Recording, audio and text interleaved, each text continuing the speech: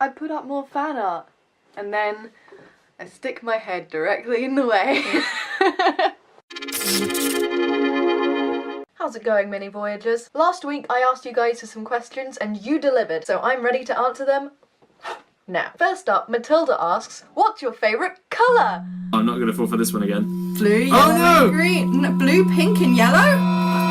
Just kidding. Who or what inspired you to do YouTube? This was also asked by Tiny T. I think I was mostly inspired to do YouTube by other cosplay YouTubers that I watched, but primarily I wanted a way of sharing tutorial videos with people, which has ended up not being something I've done that much on this channel, but that was what I started out doing. Some people asked for tutorial videos and I was like, oh, I'll just put them on YouTube, I guess. Kota Kitty asks, what's your proudest moment in cosplay? While Quinn asks, are there any cosplay moments that you'd like to relive? I think probably my proudest moment in cosplay was coming second in the Cosplay World Masters preliminaries back in February. I wasn't expecting to place at all and I was really happy that they thought that I was nearly good enough to go to the final. So that was really exciting, like I nearly represented my country, which is pretty intense. But a cosplay moment that I would really like to relive is winning the performance contest at CosCon last year with my friend Jeannie. It was so much fun, and if I could go back and live it again, I would get someone to film us going up on stage, because I have no footage of us actually getting our prize, and that would be really nice. On a similar vein, Tringleo asks what my proudest achievement is during my time on YouTube. In terms of videos, I think I'm proudest of It's Over, Isn't It? We worked really hard on that and I feel like it was a bit of a step up in how I make my CMVs. I'm really excited to do more cinematic stuff and more location filming in the future, so that was a really nice sort of moment of like, oh yeah, I did a really good job on this. I really like how I edited it.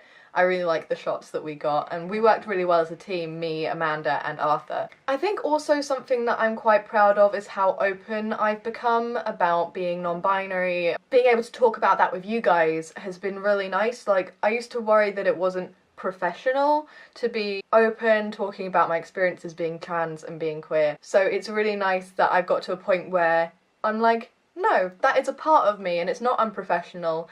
And seeing the positive impact that it's had on some of you guys has been really, really heartwarming. So I'm quite proud of that as well. Makise asks, if you could say anything to teenage Sean, what would you say to them? Things suck right now.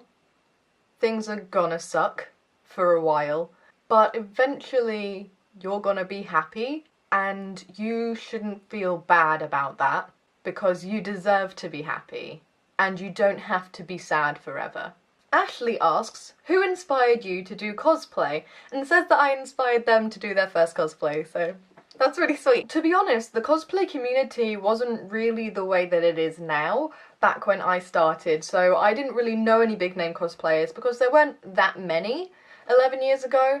So it was more just the people that I saw at conventions. So MCM Expo was really the only convention in London at the time, and I used to see people cosplaying there and I was just like, these people are amazing. I want to be like them. Rheanna, who designed my new logo and is on Facebook as RLW Artwork if you want to check her out, asked me the following. It's a Tuesday morning. You wake up to find you're stuck on a desert island. What 9 items would you have with you, given you also have the ability to summon said 9 items? Okay, I'm gonna bring like 3 GPS tracking devices, a mobile data device with unlimited data, a laptop, the charger for the laptop, huge portable battery pack, some water, like a really big bottle of water, a copy of Good Omens to read while I'm waiting for people to track me down with my GPS tracker, and while I'm watching more Dan and Phil videos on the laptop. And Elise, whose art you can find on Twitter at SaberCosmos, sorry, I love promoting my friends. Elise asked, what's your biggest all-time dream cosplay, or alternatively, one that I would really like to remake? For years, my all-time dream cosplay to make was Haru's ball gown from The Cat Returns, which I actually made last year, and I hated it. Really wasn't happy with it. So that's actually one that I would like to go back and remake in a few years' time. In terms of dream cosplays at the moment, I can't really think of anything. I just have a lot of exciting plans. Tazzy Lizzie asked for a first anime recommendation, and While I think anime is actually hugely diverse and it really depends on your interests, I will tell you some of my favourites. Cardcaptor Sakura is my #1 favourite anime. It's about a magical girl, and it's really fun, and it's really enjoyable, and it's really gay. I also really love Yuri on Ice, which is also very gay. It's just very much a trend. Awesome Sauce asked, how is it that you're so amazingly awesome?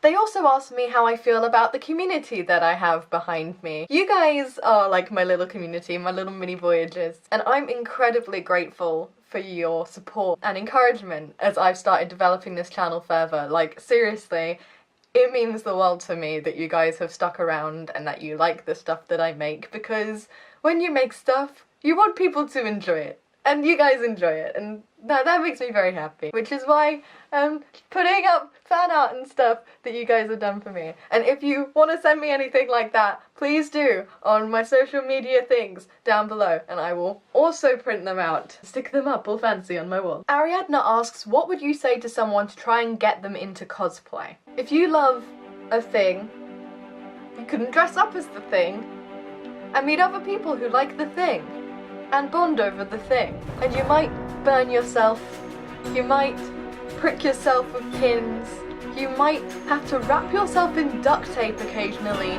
but you will have the time of your life. I shouldn't be a salesperson. Alright, I think if I answer any more questions, I am gonna pass out. So I will leave that for this week. Thank you guys for submitting your questions. It was really awesome to answer them. If you want to watch last week's video, which is my top 5 tips for staying motivated on your cosplay projects, you should go and click it. You should subscribe to this channel for more cosplay content and to my side channel for my not cosplay related content. All my social media links and my coffee page are down in the description. I will see you guys next Friday.